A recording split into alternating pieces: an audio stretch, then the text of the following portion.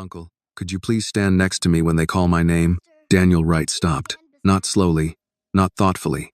He simply froze, as if the sentence had reached him before his mind could prepare a defense. His fingers tightened around the edge of the program booklet.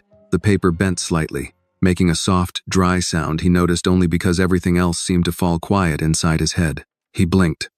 Once. Then again, for a moment, he was certain he must have misunderstood. No one ever spoke to him that way. Uncle was not a word that belonged to his world of boardrooms and contracts and carefully rehearsed speeches. He lowered his gaze. The girl stood in front of him, small and uncertain, her body angled as though she might retreat at any second. Her eyes were red around the edges, glossy in the way that suggested she had been holding something back for a long time. She clutched the fabric of her pale blue dress with one hand, twisting it nervously. Her name badge read, Annie Johnson. Daniel felt his breath catch. I'm sorry, he said quietly, his voice lower than usual. Were you talking to me? Annie nodded, but she didn't look up right away. When she finally did, her eyes met his only briefly before darting away again, like a bird unsure whether the space was safe. Yes, sir, she whispered. Uncle, I'm sorry. My mom says I should call grown-ups sir. She hesitated, her lower lip trembling. But, could you, just for a little bit? The noise of the auditorium pressed in around them, laughter, applause, the low hum of conversation, but Daniel felt oddly removed from it, as if the world had narrowed to the space between him and this child. He didn't answer right away. Annie's eyes filled further, and she rushed to explain, the words tumbling over one another. I won't talk or anything, she said quickly. You don't have to say my name. You don't even have to smile. I just don't want to walk up there alone. Something in her voice, thin, strained, far too careful, made Daniel's chest tighten. He swallowed. Where are your parents? He asked, gently. After a few seconds, the question landed harder than he intended. Annie's shoulders sagged, as if she had been expecting it. She stared down at her shoes, at the faint scuff marks along the toes. My dad's not here, she said softly. It's just me and my mom. Daniel nodded, slowly. And your mom? He prompted. For a moment, Annie didn't speak.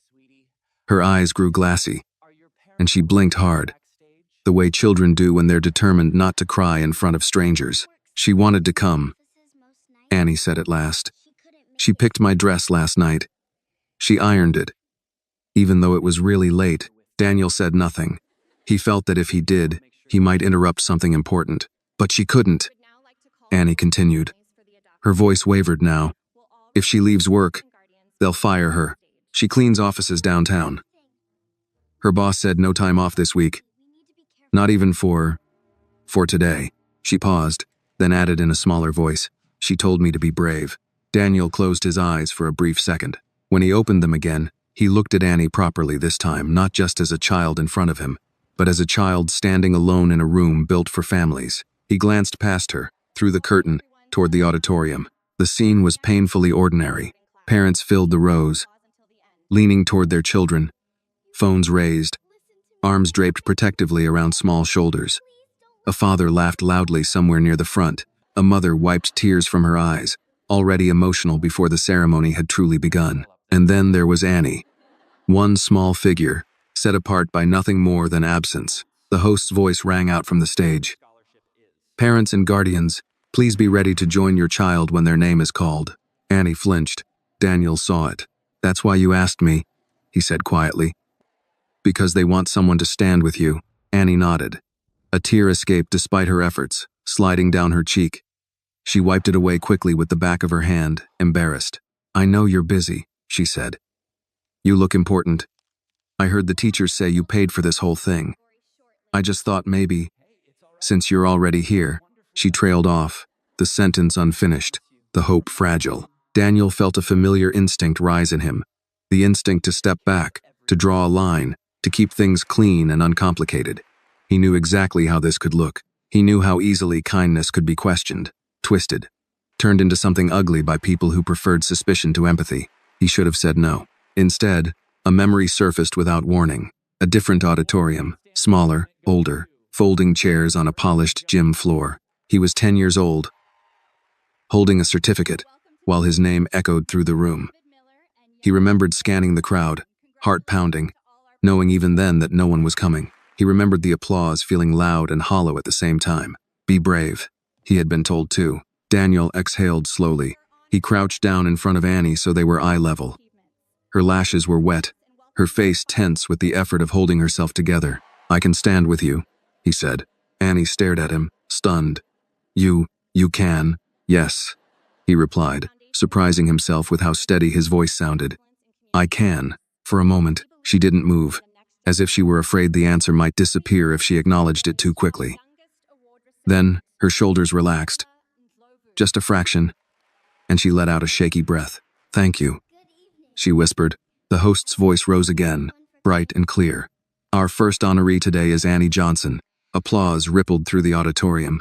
Daniel straightened and extended his hand, not pulling, not leading, simply offering it.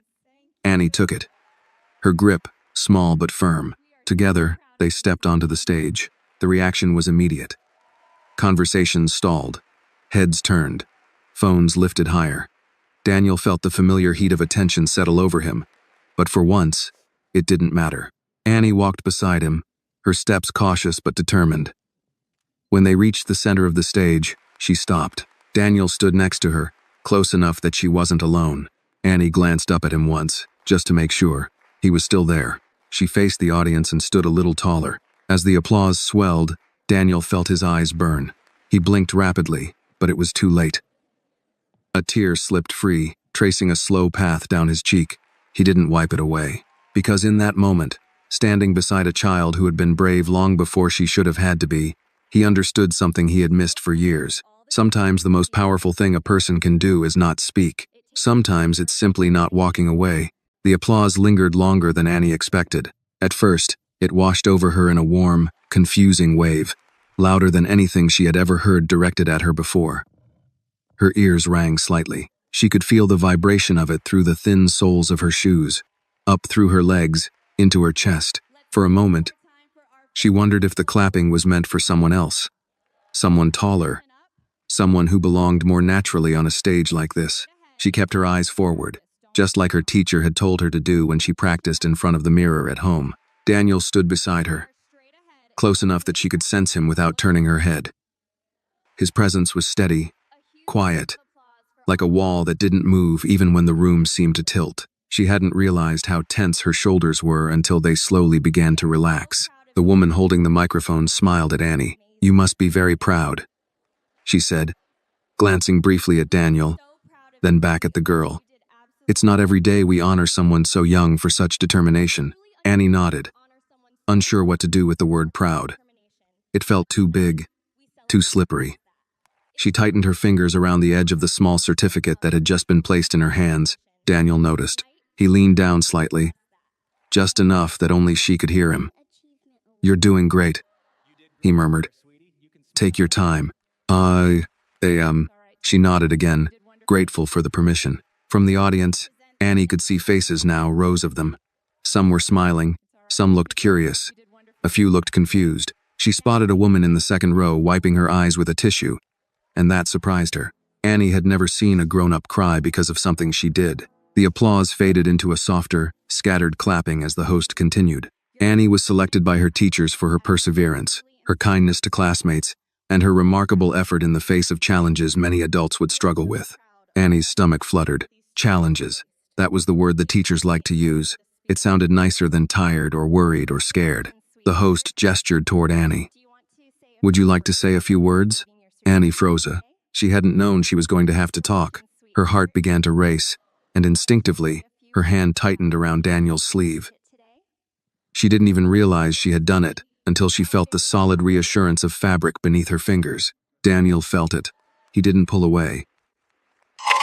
Instead, he placed his hand gently over hers, not gripping, just covering it. The simple gesture steadied her more than any instruction ever could. You don't have to, he whispered. Only if you want to. Annie swallowed. The microphone looked enormous up close, like it could swallow her whole. She thought of her mom that morning, standing in the tiny kitchen, tying her hair back before work, telling her, "Be brave, baby. I'll be thinking about you." She nodded. The microphone was lowered to her height. Annie leaned forward slightly, her voice small at first but clear. "My name is Annie Johnson," she said. The sound of her own voice echoed faintly through the speakers, and she almost jumped. I worked really hard this year." A soft chuckle rippled through the audience, not mocking, but affectionate. Annie took a breath. "My mom says working hard matters even when no one is watching," she continued. "She couldn't be here today because she had to work, but she told me to tell everyone thank you." There was a pause, a heavier one this time. Daniel felt it too. Annie glanced up at him briefly, then back at the audience. "I was scared to come up here by myself," she added honestly, "but I wasn't alone." She didn't point. She didn't have to. Daniel felt something twist sharply in his chest. If this moment touched you, take a second to like this video. Tell us in the comments where you are watching from and what this story made you feel. And if you believe quiet courage still matters, subscribe to the channel for more stories like this. The applause returned, louder this time, more unified. Annie flinched again, but this time she smiled just a little, the corners of her mouth lifting as if surprised by her own courage. When they stepped off the stage, the noise followed them, then slowly receded behind the curtain. The lighting changed abruptly, the brightness giving way to the softer shadows backstage. Annie exhaled, a long breath she hadn't realized she'd been holding. "I did it," she said quietly, more to herself than to anyone else. "You did," Daniel agreed. "Every part of it." She looked up at him, studying his face with the seriousness children reserve for important moments. "You didn't leave," she said. "No," he replied simply. "I didn't." For a second, she looked like she might say more, but a volunteer approached, smiling a little too brightly. "Mr. Wright," the woman said, her eyes flicking between him and Annie. "That was unexpected, but very moving. We'll need you back at the front in a few minutes." Daniel nodded politely. "Of course." As the volunteer walked away, Annie shifted her weight again, suddenly uncertain. "I can go sit down now," she said quickly. "You don't have to stay with me." Daniel frowned slightly. "Where would you sit?" She gestured vaguely toward the rows of chairs. "Anywhere. I don't mind." He knew that wasn't true. "I'll walk you," he said. They moved slowly through the aisle. Conversations hushed as they passed. Annie felt eyes on her again, but this time, it felt different. Not sharp, not isolating. Curious, yes, but also warm. They reached an empty seat near the end of a row. Annie paused. "My mom usually sits by the aisle when she can come," she said softly. "She says it's easier on her legs." Daniel nodded. "Then we'll sit here." He sat down beside her without hesitation. Annie stared at him, surprised. "You don't have to," she said again. "I know," he replied. "I want to." Jacked. For a while, they sat in silence, listening as other children were called to the stage. Annie watched carefully, noticing things she hadn't before: the way some kids leaned into their parents, the way others scanned the crowd nervously before spotting a familiar face. She glanced sideways at Daniel. He was watching the stage, but his expression was distant, thoughtful. "Were you scared when you were little?" she asked suddenly. The question caught him off guard. He hesitated, then answered honestly. "Yes," he said. "More often than I wanted people to know." She considered that. "Did someone stand with you?" Daniel shook his head. "No."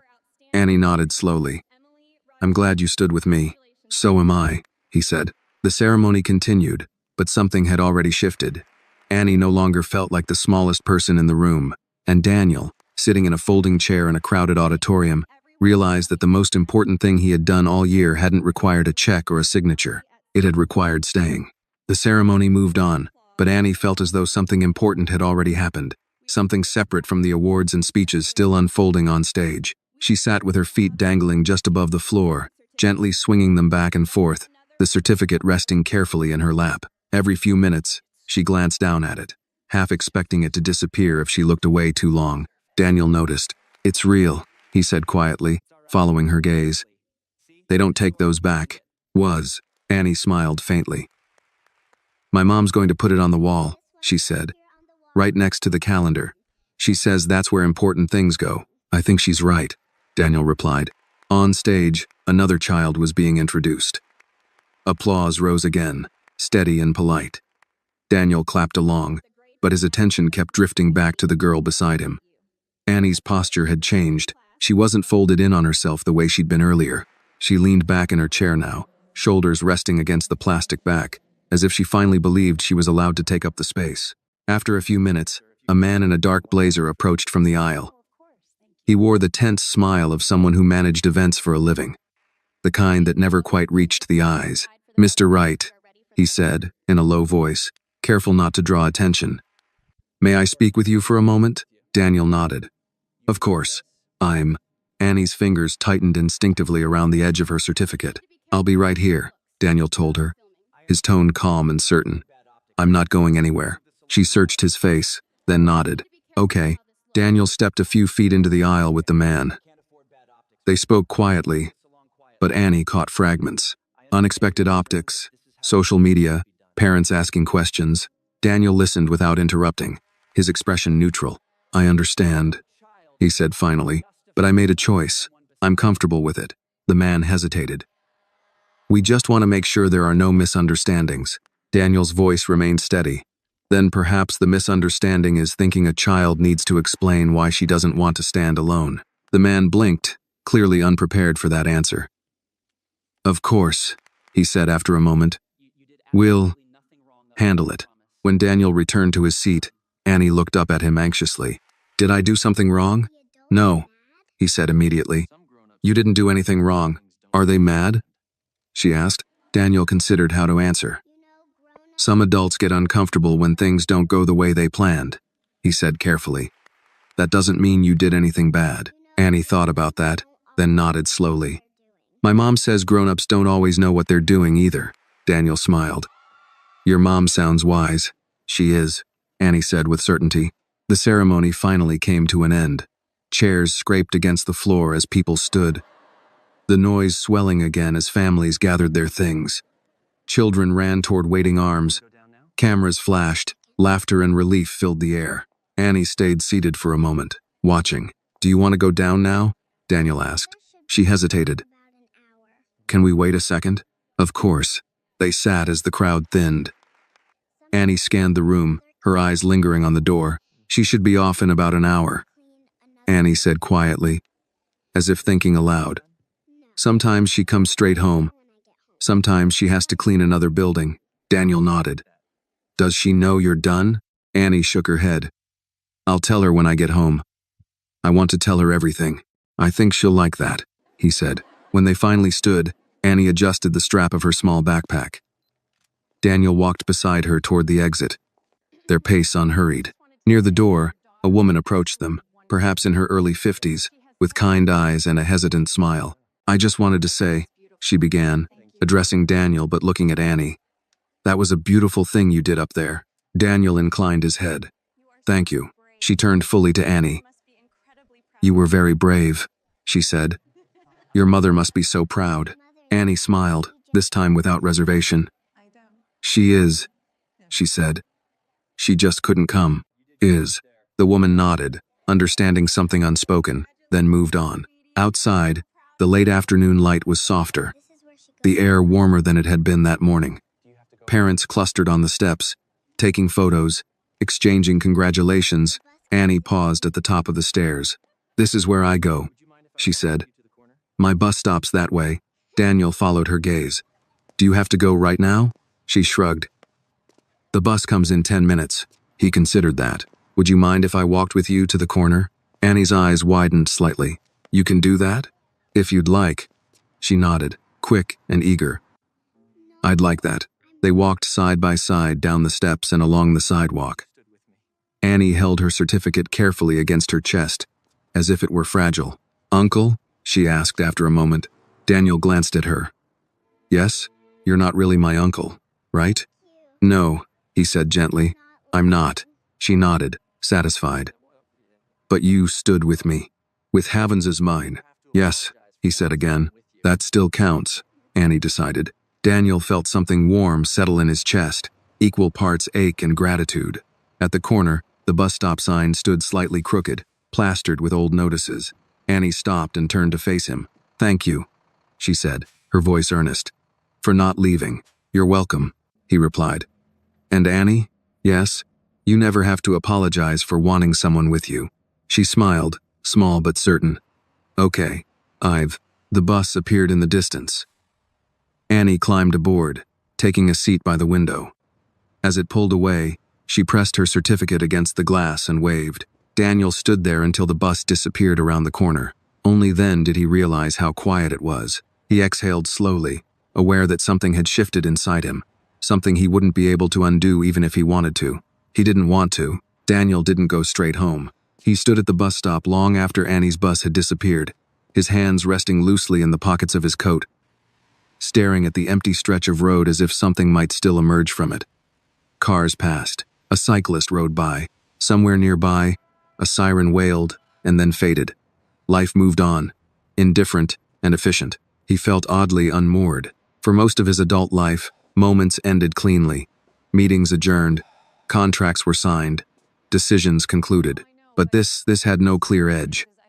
There was no document to file, no assistant to brief, just the echo of a small voice asking a question he hadn't known he needed to answer. Could you stand next to me? Daniel exhaled slowly and turned toward his car.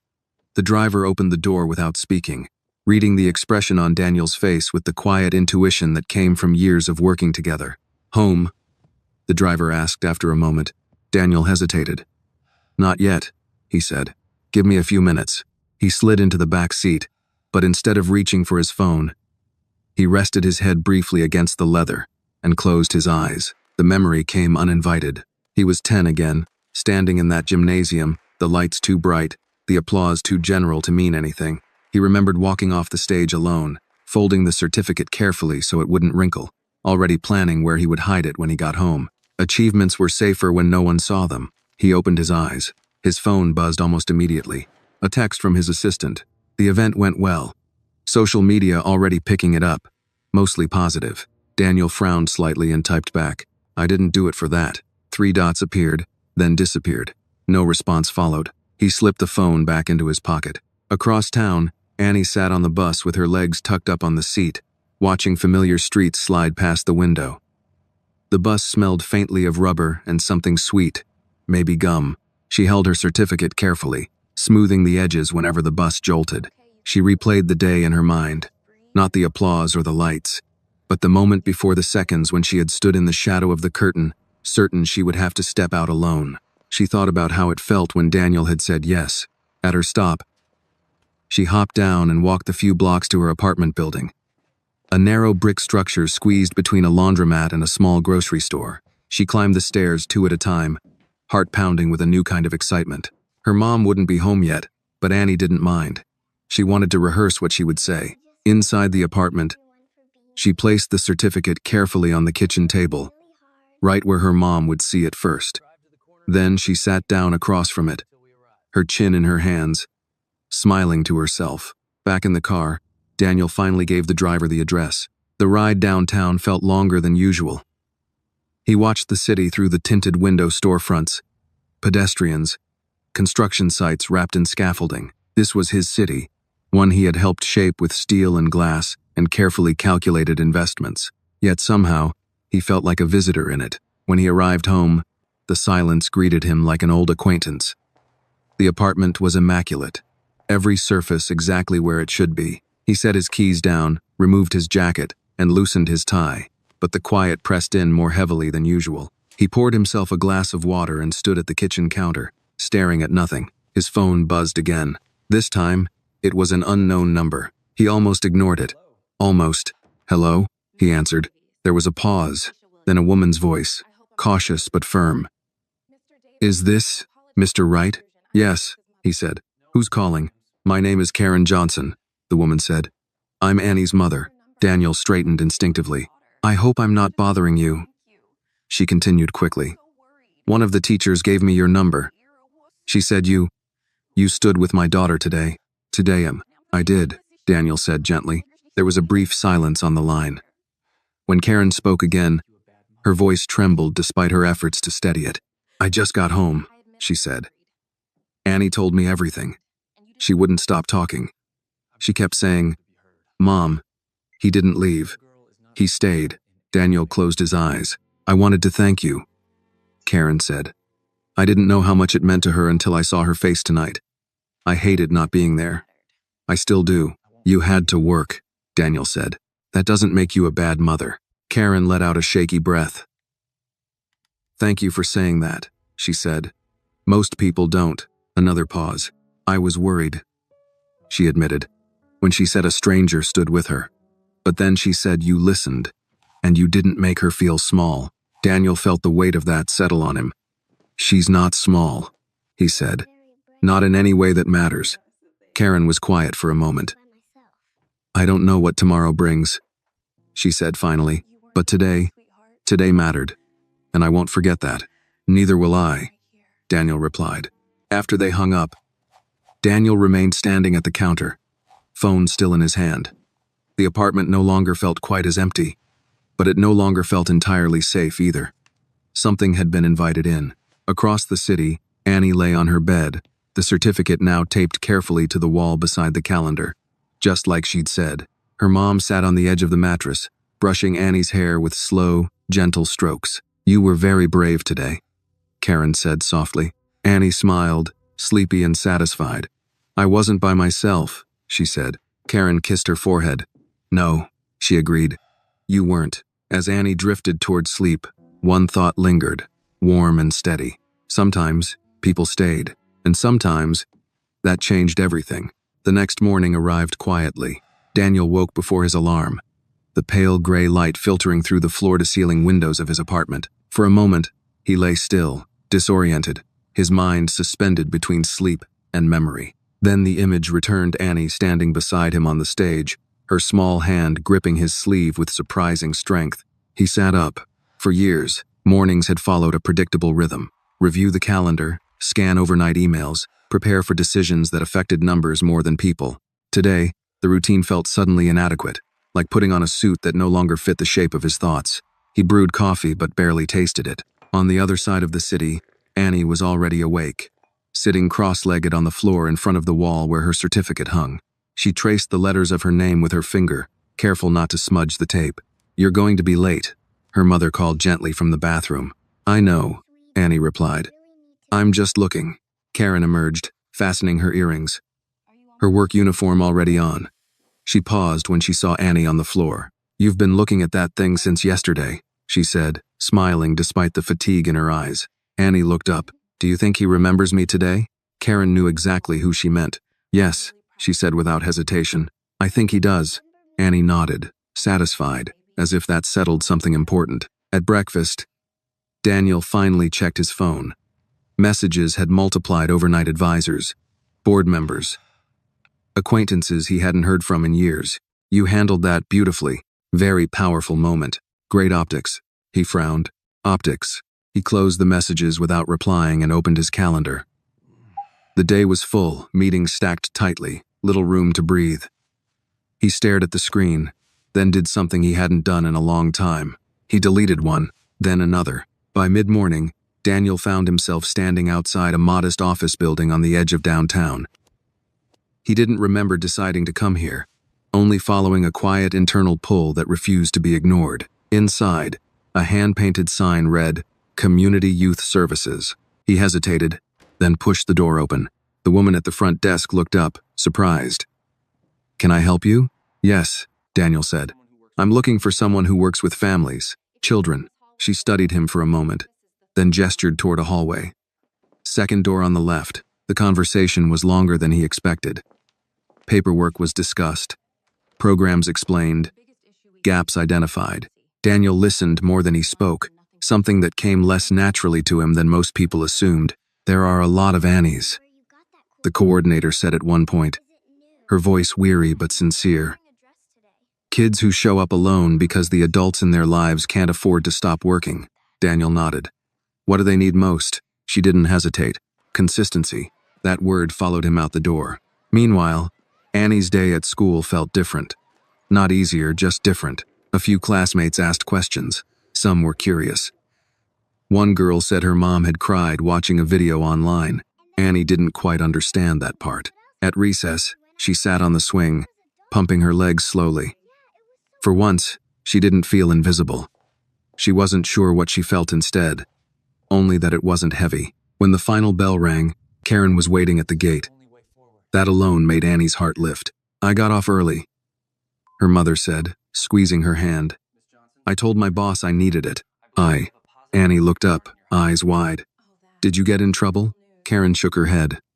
Not today. They walked home together, and Annie talked the entire way. That evening, Daniel stood in his apartment again, jacket draped over a chair, city lights blinking on one by one outside the window. He held his phone in his hand longer this time before dialing. Karen answered on the second ring. Mr. Wright? Daniel, he said. Please.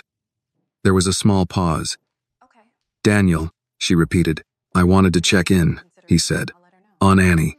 On you. Karen exhaled softly. She's good, she said. Better than good. She feels seen. Daniel closed his eyes. I'm glad. Another pause settled between them, heavier now, filled with things neither quite knew how to name. I was wondering, Daniel said carefully, if you'd be open to meeting for coffee sometime. No expectations. I don't want yesterday to be a moment that fades. Karen hesitated, then answered honestly. I don't either. They set a time, a place. After the call ended, Daniel remained still, aware that he had crossed a line he couldn't uncross. Strangely, the thought didn't frighten him. In her bedroom, Annie lay on her stomach, drawing carefully with a dull blue crayon. The picture was simple. Two stick figures standing side by side under bright lights. She labeled them in careful, uneven letters. Me, to him. Then, after a moment's thought, she added a third figure nearby. Mom, she smiled, tucked the drawing into her backpack, and turned off the light. Somewhere deep inside, a quiet certainty took root. This wasn't over. The cafe Daniel chose was small and unassuming.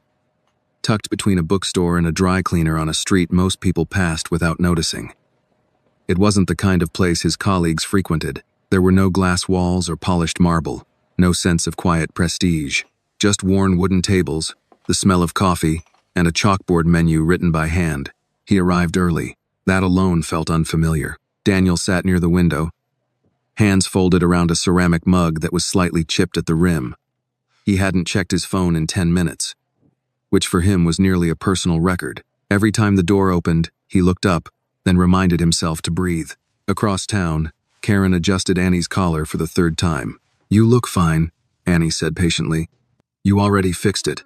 I know, Karen replied, forcing a smile. Just making sure. We have tonight it for do that. Annie studied her mother's face with quiet seriousness. You're nervous, she said. Karen laughed softly. Am I that obvious? Yes, Annie said. Your eyebrows do the thing. Karen shook her head. I don't know why I'm so nervous. It's just coffee. Annie considered that. You said it's important to say thank you properly. Karen nodded. I did. Then it's important, Annie concluded. They walked the few blocks to the cafe together. When Annie spotted Daniel through the window, she stopped short. He's there, she whispered, as if saying it too loudly might make him disappear. Daniel saw her at the same moment. He stood immediately, almost knocking his chair over in the process. The movement was instinctive, unpolished. When Annie stepped inside, her eyes lit up. Hi, she said. Hi, he replied, his voice warmer than he expected. Karen followed, extending her hand. Daniel, she said. Thank you for meeting us. I was not. Thank you for coming, he answered. They ordered drinks, coffee for the adults, hot chocolate for Annie, and took a table near the window. For a moment, no one spoke. It wasn't awkward exactly, just careful. Annie broke the silence. This place smells like cinnamon, she announced. Daniel smiled. That's a good thing, right? She nodded. It smells safe. Something in the way she said it made Karen look away briefly. As they talked, the edges softened. Annie chatted about school, about the swing set at recess, about how her teacher had asked her to explain what perseverance meant. Daniel listened. Really listened. The way people rarely did with children. You know, Annie said, sipping her hot chocolate. My mom works in buildings like the ones you build. Daniel looked at Karen. Really? Karen nodded. Night shifts sometimes. Offices. Law firms. Banks.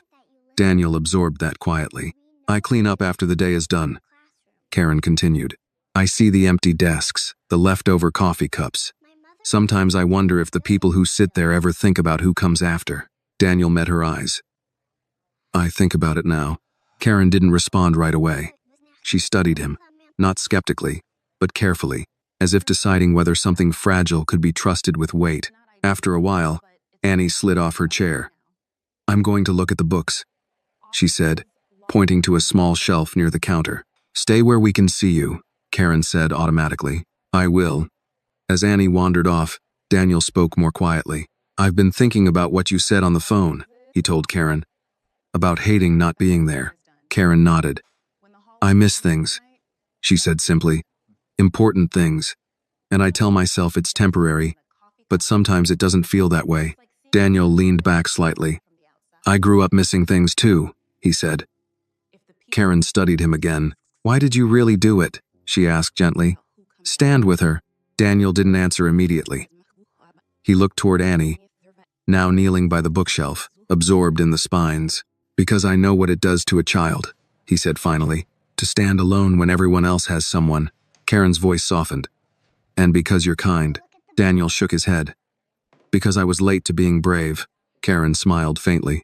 Annie returned a few minutes later with a book clutched to her chest. Can we get this? She asked. Karen glanced at the price tag and hesitated. Daniel noticed. I've got it, he said easily. Annie looked between them. Is that okay? Karen nodded. Yes. Say thank you. Thank you, Annie said solemnly. When it was time to leave, they stood outside the cafe for a moment, the afternoon sun slanting low between buildings. Will we see you again? Annie asked, direct as ever. Daniel met her gaze. If you'd like. She nodded. I'd like that. We have Diem step today. Karen hesitated, then extended her hand again. We'd like that too. As they walked away, Annie turned and waved, her smile wide and unguarded. Daniel stood there for a long moment after they disappeared down the street. Something had shifted again, not dramatically, not loudly, but permanently. Time began to change shape after that, not dramatically. Not in ways that could be measured on a calendar or summarized in a headline. It changed quietly, in the space between routines, in the pauses where something new had room to settle. Daniel found himself rearranging his schedule without fully realizing he was doing it. Meetings still happened. Calls were still returned, but the rigid edges softened. He stopped filling every hour with intention and started leaving small openings, gaps where something unplanned might enter. On Wednesday afternoons, those gaps led him to Annie. At first, the visits were simple. He would stop by the park near Annie's apartment after work, still in his suit, jacket folded over his arm. Annie would spot him from the swings and wave so hard her whole body tilted with the effort. You're late, she would say, not accusingly, just stating a fact. I know, he would reply. Traffic. She accepted that explanation every time. Karen usually arrived a little later, breathless, her work bag slung over one shoulder. She never apologized. Daniel noticed that. Instead, she thanked him for waiting, and Annie always corrected her. He wasn't waiting, Annie would say. He was already here. Those words stayed with Daniel longer than he expected. At school, things shifted too. Annie's teacher called Karen one evening, her tone careful. Annie seems more confident lately, she said. She raises her hand more. She speaks up when other kids interrupt. Karen smiled as she listened. She's found her voice, she said quietly. Annie didn't talk much about the ceremony anymore. She didn't need to. The moment had done its work and moved on, leaving something steadier behind. Daniel noticed changes in himself as well. He began to recognize the city differently, not as a series of projects and investments, but as a collection of lives intersecting in ways that rarely showed up on blueprints. One afternoon, he accompanied Karen to the grocery store. He pushed the cart while Annie darted ahead, tossing items in with joyful authority. We need eggs, she announced, and bread, and apples. The green ones, not the soft kind. Man. Karen watched them from the end of the aisle, something like disbelief crossing her face. You don't have to do this, she said quietly to Daniel when Annie ran ahead again. I know, he replied. I want to. Karen studied him, then nodded. Just be patient with her, she said. She's used to adults leaving. Daniel met her gaze. So am I, he said. The words surprised both of them. Later that night, alone in his apartment, Daniel stood by the window and looked out over the city. He thought about legacy, a word that had once meant buildings and endowments and carefully curated impact statements. Now it meant something else. It meant showing up. Again and again. Across town, Annie sat at the small kitchen table, coloring carefully while Karen prepared dinner. "Mom?" Annie asked suddenly. "Yes, baby? Do you think he'll get tired of us?" Karen's hand stilled over the cutting board. "I don't know," she answered honestly. "But I know this: you're worth staying for, no matter what." Annie nodded, absorbing that with the seriousness she applied to all important things. At school the following week, Annie was assigned a group project. When another child complained about being paired with her, Annie didn't shrink. "That's okay," she said calmly. "I work hard." Her teacher noticed. So did the other children. Daniel heard about it later that evening as Annie recounted the story with dramatic flair. "And then I told him," she said, standing tall in the middle of the living room, "you don't have to like me, but you can't ignore me." Daniel laughed, genuinely this time. "Did you really say that?" Annie nodded. "I practiced it." Karen smiled from the doorway, pride and worry intertwined. As weeks passed, Daniel began receiving invitations again. Galas, panels, events that wanted his presence as much as his name. He declined more than he accepted. When he did attend, he found himself distracted, thinking about spelling tests and park benches and the way Annie wrinkled her nose when she concentrated. One evening, as he tucked Annie into bed after Karen worked a late shift, Annie looked up at him seriously. "You didn't leave," she said. Daniel paused. "I'm still here." She nodded. "I like that." So did he. But beneath the calm, something else stirred. Not everyone approved. At a board meeting the following Monday, a colleague leaned over and spoke in a low voice. "You're being talked about," he said. "People are curious." Daniel didn't ask what that meant.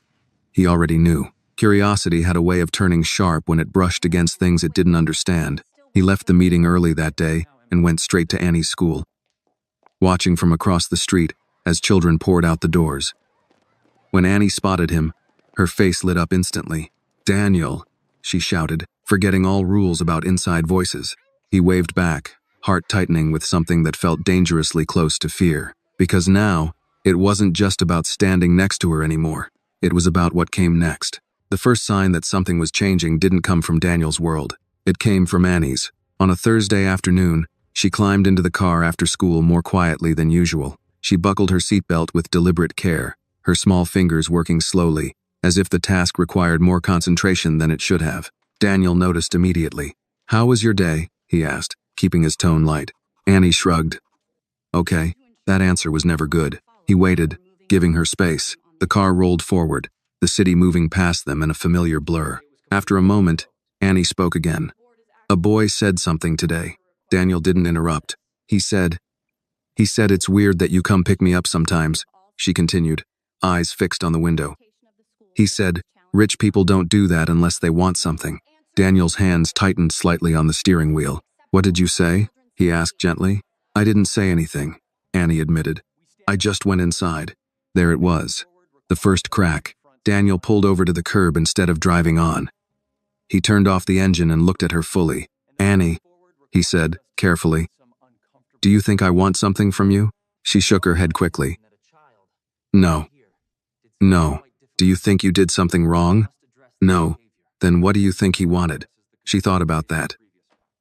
"Maybe to make me feel small," Daniel nodded. "Sometimes people do that when they don't understand kindness." Annie frowned. "Why?" "Because if kindness is real," he said, "then it means their excuses stop working." She absorbed this silently. That evening, Karen listened as Annie recounted the story, her jaw tightening slightly. "I can talk to the school," Karen said. Annie shook her head. "I don't want trouble." Daniel met Karen's eyes. There was an unspoken understanding between them now. One built not on romance or obligation, but on shared concern. "This won't be the last time," Daniel said quietly. "The more visible we become, the more questions there will be." Karen sighed. "I know." Later that night, Daniel returned to his apartment and found an email waiting for him. Subject: concern. It was from a colleague he'd once considered a friend. "You're blurring lines." People are asking questions. Be careful how this looks. Daniel stared at the screen for a long moment. How this looks. The phrase followed him into the next day, into meetings, into conversations that suddenly felt coated with subtext. He noticed the glances now, the pauses when Annie's name came up casually in conversation. At lunch, another board member leaned back in his chair and said lightly, "You've gone soft." Daniel smiled politely. "I've gone human." The man laughed, assuming it was a joke. It wasn't. Across town, Karen felt it too. A neighbor asked too many questions. A coworker made a sideways comment about connections. Even well-meaning people seemed eager to define what Daniel was to Annie, to Karen, to the situation. No one asked what Annie needed. One evening, after Annie had gone to bed, Karen sat at the kitchen table with a stack of bills spread out in front of her. Daniel sat across from her, silent. "I don't want this to hurt her," Karen said finally. "She's just starting to feel safe." Daniel nodded. "I know." Karen looked up. "And I don't want you to feel trapped. You didn't sign up for this." Daniel didn't answer immediately. When he did, his voice was steady. "I signed up the moment I stayed." Karen studied him, searching for doubt. She didn't find it. At school the following week, Annie was called into the counselor's office. The counselor smiled warmly, but Annie sensed the tension beneath it. "Some adults have questions," the woman said carefully. "About your situation." Annie folded her hands in her lap. "What situation?" The counselor hesitated. "About Daniel." Annie's voice was calm. "He stood with me when I needed someone." The counselor blinked. "Yes, but that's all," Annie said. The counselor said nothing more. That afternoon, Annie didn't wait to tell Daniel. She climbed into the car and spoke immediately. "They asked about you," she said. Daniel nodded. "I figured they might." "Are you in trouble?" she asked. "No," he said, "but some people don't like things they can't label." Annie thought about that. "I don't like peas," she said. "But I don't make a meeting about it." Daniel laughed despite himself. But later that night, the laughter faded. A reporter called, then another. Daniel declined politely, firmly. But the calls kept coming. Curiosity sharpening into something less innocent. Karen watched the news more closely now. Annie noticed. "Are they going to make you go away?" Annie asked one night, her voice barely above a whisper. Daniel knelt in front of her. "No one can make me stop caring," he said. "That part is mine." She nodded, reassured for now, but the world had noticed them, and once noticed, it rarely looked away. The article appeared on a Sunday morning. Daniel found it by accident, not because he was looking for it, but because someone forwarded it to him with a single line beneath the link. "You might want to see this." The headline was careful, polished, deceptively neutral. "A billionaire's public kindness raises private questions." Daniel read it once, then again. The writer never accused him directly. They didn't have to. The language did the work for them, phrases like unconventional involvement, blurred boundaries, concerned community members. Annie's name was not printed, but enough details were included that anyone who wanted to connect the dots could. He closed the browser. Across the city, Karen read it too. She was halfway through folding laundry when her phone buzzed repeatedly on the counter. Messages stacked up faster than she could read them. Some were supportive, others were intrusive. A few were openly suspicious. She felt the familiar tightening in her chest, the one that came when survival instincts kicked in. Annie was in her room, humming softly as she colored. Karen watched her through the doorway, the rise and fall of her shoulders steady, unaware for the moment of the world sharpening its focus. When Annie finally came into the kitchen, she noticed immediately. "You look like when the rent's due," she said. Karen managed to smile. "I am just thinking." Annie climbed onto a chair. "About what?" Karen hesitated, then chose honesty, measured and careful. "About how sometimes when people see something good, they try to pull it apart to understand it," she said. "And sometimes they hurt people while they're doing that." Annie frowned. "Why don't they just ask?" Karen laughed softly. "That's a very good question." That afternoon, Daniel drove across town without calling ahead. When Karen opened the door and saw him, relief and worry crossed her face at the same time. "I saw it," she said. "So did I," he replied. They stood there for a moment, neither stepping aside, neither turning away. "Come in," Karen said finally. They sat at the small kitchen table. Annie watched from the hallway. sensing the gravity of the moment even if she didn't understand it yet. I don't want this to hurt her, Karen said quietly. I don't want her to feel like she did something wrong by trusting you. Daniel leaned forward. She didn't. I know, Karen said. But the world doesn't always agree with what's true. Daniel nodded. If you want me to step back, he said carefully, say the word. Karen looked at him sharply. Is that what you want? No, he answered immediately. But this isn't just about what I want. They fell silent. Annie broke it. Are you mad at each other? She asked, standing in the doorway. Both adults turned toward her. No, Karen said quickly. No. Daniel echoed. Annie walked closer, her brow furrowed. Then why does it feel heavy? Daniel crouched down so they were at eye level. Because sometimes adults have to make choices that don't have easy answers, he said. Annie considered that. Is it about me? Karen inhaled sharply. Yes, Daniel said gently. But not because you did anything wrong. Annie looked between them. Are you going to stop coming? The question landed with quiet force. Daniel didn't answer immediately. He looked at Karen, then back at Annie. I'm still here, he said, and I want to keep being here. But some people are asking questions that make things complicated. Annie's shoulders tensed. Like the boy at school? Yes, Daniel said. Like that. She thought for a long moment. Did you know, she said slowly, that when I was little, my mom used to tell me to stay quiet, so no one would notice us. Karen closed her eyes briefly. I learned how to be small, Annie continued. But when you stood with me, I didn't feel small anymore. Daniel felt something break open in his chest. I don't want to be small again, Annie said. Neither adult spoke. That night, Daniel lay awake in his apartment, the city glowing indifferently beyond the windows. His phone buzzed with another message from a colleague. This could damage everything you've built. He stared at the ceiling. Everything he'd built suddenly felt very small compared to what he stood to lose. The next morning, Karen was called into her supervisor's office. We've had some inquiries, the woman said, her tone professional but distant. About your personal associations. Karen straightened. I do my job. No one is saying you don't, her supervisor replied. But discretion matters. By the time Karen left work that day, her hands were shaking. That evening, Daniel received a call from his legal advisor. You need to be careful, the man said.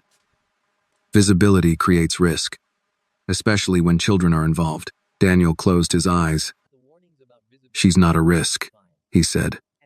She's a child. I know, the advisor replied. But not everyone will see it that way. Daniel ended the call and sat in silence. Across town, Annie lay in bed, staring at the ceiling.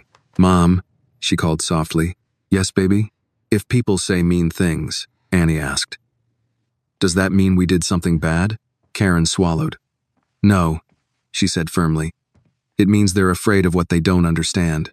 Annie nodded slowly. Then we're still okay. Karen kissed her forehead.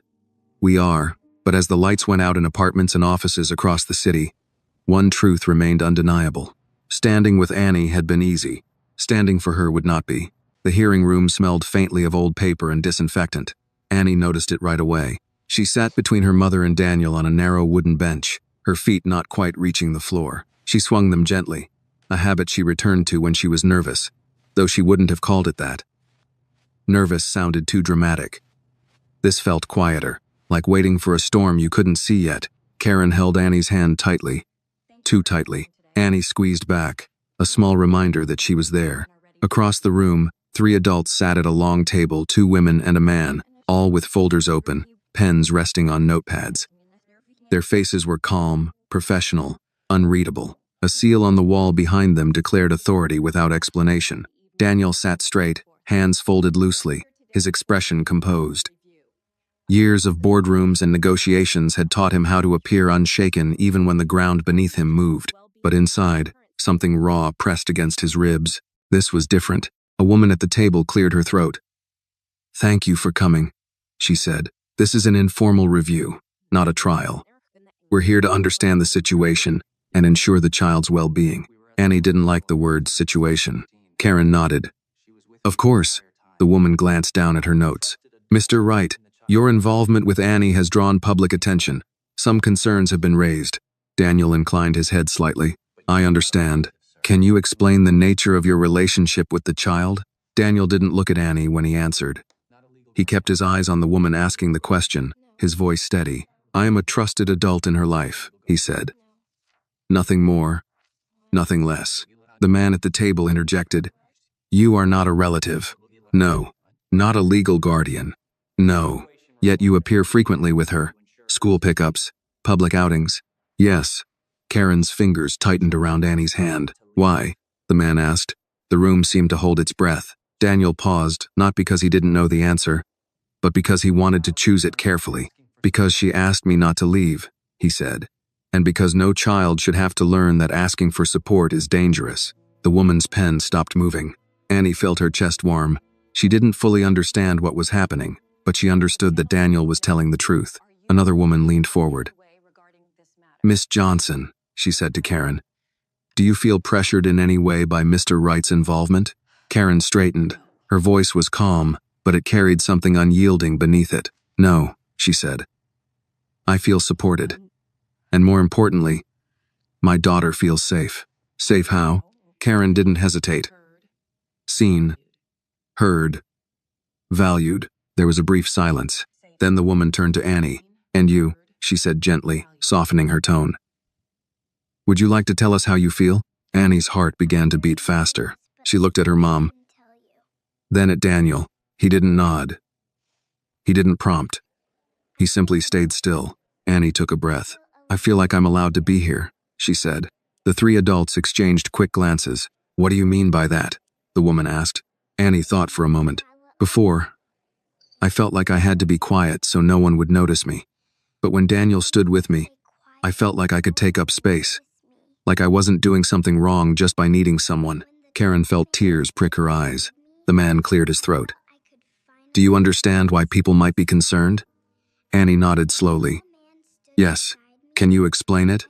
They think he might go away, Annie said. Or that he might not be who he says he is. And what do you think? The woman asked. Annie looked directly at Daniel now, then back at the panel. I think people are afraid of things that don't fit into boxes, she said carefully. But that doesn't mean they're bad. The room was very quiet. Daniel felt something shift, not in his favor necessarily, but in the room's understanding. That was more fragile, more important. The woman closed her folder. Thank you, Annie, she said softly. That was very clear. After a few more procedural questions, they were asked to wait outside. In the hallway, Karen finally let go of Annie's hand and pulled her into a hug. You did so well, she whispered. Annie hugged back. I just told the truth. Daniel stood a few feet away, giving them space, his jaw tight. He stared at the wall, counting breaths, something he hadn't done since his 20s. After what felt like an hour but was probably 10 minutes, the door opened. The same woman stepped out. We're not taking any action at this time, she said.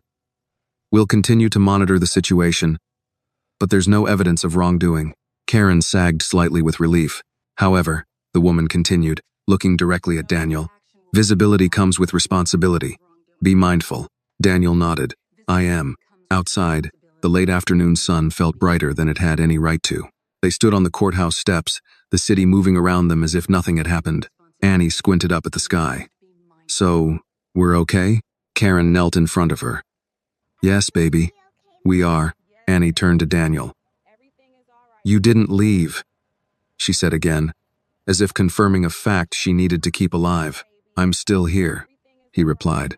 As they walked away, Daniel felt the weight of what lay ahead settle more fully on his shoulders. This was no longer about rumors.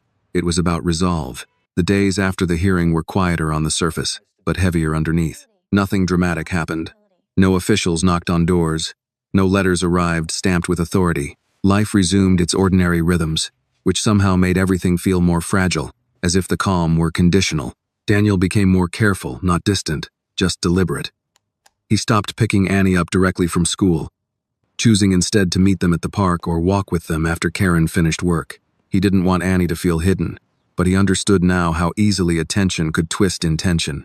Annie noticed the change. You come later now, she observed one afternoon as they sat on a bench, watching pigeons gather near a discarded pretzel. Yes, Daniel said. Does that bother you? She thought about it. A little, she admitted. But you still come. Yes, he said again. I still come. That answer seemed to satisfy her. Karen, however, felt the weight differently. At work, conversations became shorter, more guarded. Her supervisor watched her more closely, as if waiting for something to go wrong. Karen did her job with the same care she always had. But now every small mistake felt like it might cost more than it used to. One evening, as she and Daniel washed dishes together while Annie did homework at the table, Karen finally spoke the thought she'd been carrying. I'm scared, she said quietly. Daniel didn't respond right away. He handed her a towel, then waited. Not of you, she added quickly. Of the system. Of how fast people decide who gets to belong and who doesn't. Daniel nodded slowly. I know. Karen looked at him. You could walk away from this? She said. No one would blame you. They'd say it was a misunderstanding, a moment that got too big. Daniel turned to face her fully. And Annie? He asked. Karen's voice wavered. She'd blame herself. No, Daniel said firmly. She wouldn't. She'd learned something much worse. Karen didn't ask what that was. She already knew. Later that night, Annie lay awake in bed, listening to the sounds of the apartment, the hum of the refrigerator, the distant traffic. Her mother's quiet footsteps. She rolled onto her side and stared at the wall where her certificate still hung. She thought about the hearing room, about the way the adults had listened when she spoke, about how strange it felt to be taken seriously. She sat up and padded quietly into the living room. Daniel was there, sitting on the couch, reading but not really reading. You're still here, Annie said. He smiled softly. Yes. She climbed up beside him, curling her legs under herself. I was thinking, she said. That can be dangerous, he replied lightly. She smiled, then grew serious again. If you ever can't come anymore, she said. Will you tell me first? Daniel's chest tightened. Yes, he said. I promise. Not like disappearing, she added. I don't like disappearing. I won't disappear, he said. She studied his face, searching for something. Whatever she found there, it seemed to ease her. Okay, she said, and leaned her head against his arm. The following week, Daniel received an invitation he couldn't ignore. A closed-door meeting. No press, no speeches. Just a small group of donors and board members concerned about reputation management. He arrived prepared, suit immaculate, expression neutral. The questions came quickly. You've become a liability. You're attracting the wrong kind of attention. Children complicate optics. Daniel listened. When it was his turn to speak, he didn't raise his voice. You're right, he said. Children complicate things. They make it harder to lie about what matters. Silence followed. One man leaned forward. Are you willing to risk everything you've built? Daniel thought of Annie on the stage, of her voice, steady and clear. Yes, he said. Because if what I've built can't survive doing the right thing quietly, then it deserves to fall. He left the meeting without waiting for a response. That afternoon, Karen received a call from Annie's school. Not a complaint, an invitation. They wanted Annie to speak at a small assembly about perseverance. Nothing public, just students and teachers. Karen hesitated, fear rising instinctively. I'll think about it, she said. When she told Daniel later, he watched Annie's face light up at the idea, then quickly shadow with doubt. Do I have to? Annie asked. No, Karen said. Only if you want to. Annie looked